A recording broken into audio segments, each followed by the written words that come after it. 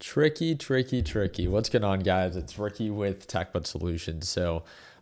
Very glad with how we played today and the market's recovery. So, a lot of you guys know that, especially if you watched my Sunday stock talk yesterday, we talked about the bad news. We talked about that, hey, this is not good that the US just lost its last perfect rating, the Moody downgrade that happened on Friday. But we know how desperate and how irrational the markets can be. I think the last GDP report is a perfect example of this, where the GDP report came out and it showed that we had a negative a negative GDP report. Two consecutive negative GDP reports would technically mean we're entering a recession. The market was down about 2% when this negative GDP report was reported, 1 hour before the market opened. By the time the market closed that day, the market ended green. Markets are irrational, right? And we all know that it's one Trump tweet, markets will skyrocket. So we played it very, very carefully today. So in today's live trading session, as many of you guys know, I trade live every morning with the LPP team. We stayed patient. We knew that when the markets opened, we would not be surprised if markets begin to rally.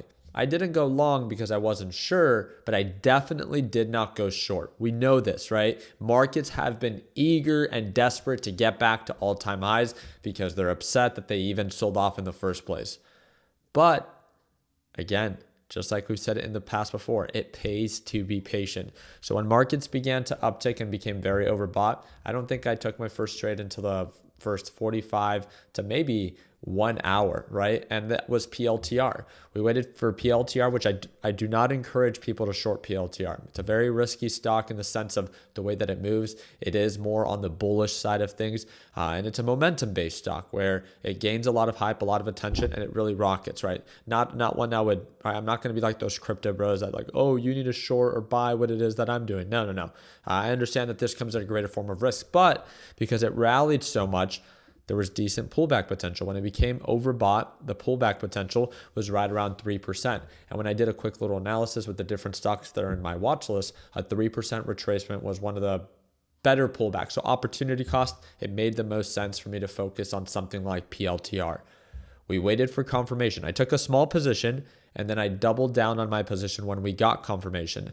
I didn't actually take my first trade until we saw indication of this thing pulling on back.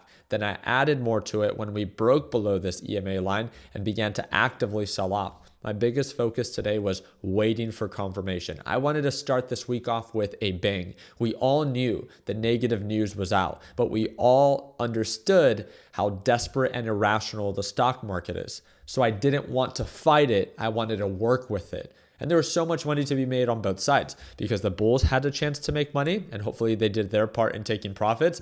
But then also, once it becomes overbought, markets are going to retrace because it's not good news, right? Moody's downgrade is bad news and the market will care. If it tries to delay it, that's fine. But eventually, the markets will correct itself. I'm sure some of you guys already saw the news that was released, but again, it is not looking good for the U.S. because the U.S. needs to refinance its debt, but our U.S. treasuries or U.S. bonds continue to go up. The 10-year treasury, the 30-year treasury, the 2-year treasury, they're all going up. And it's not just in the United States anymore. This is being posted everywhere. Feel free to do your own due diligence. Germany, France, UK, Spain, Italy, Japan, Australia, all of them, all of their bond yields are going up, meaning that it's going to be more expensive for their countries to also, and their citizens, to borrow money because a lot of their rates are based off of this. It is not a good sign when all of these bond yields are screaming overbought and getting higher, right? Yeah, markets want to continue to try to ignore it. So as of right now, the NASDAQ market, to my understanding, there's no retracement, a lot of consolidation. It's still slightly in the red, but it's desperate. It's desperate to get back into the green by the time that the market's closed. It would not surprise me that that's what it's going for. But again, it's like, I wouldn't say fight it, right? That's not the point of this. It's how long can we stay this irrational for before everyone pays the price? Because we all know that time is coming, right? The Fed said that they're not going to cut interest rates because Trump wants to. They want economic data to support it. They need inflation to go up. They need unemployment to go up. They need to see some form of instability.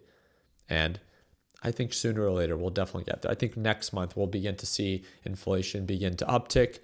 We're already seeing big corporations beginning to, do layoffs. And again, it's the longer that we prolong this, the more it will hurt. And we all know this. But for the meantime, I made my money and I bounced. As you guys can see, I made $2,100.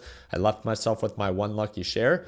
I opened up my short position. I made my money. I saw signs of consolidation and I took my profits right away. I actually didn't even take profits down here. My profits were actually taken right around 125.40 because I saw that it was showing signs of a possible support at the moving average. My goal originally was going to be to cover right around 120, 350, 124 flat. But again, a goal is something to work towards, not something that has to go exactly according to plan every single time. So I'm very glad that I did my part in taking profits. Now market's consolidating.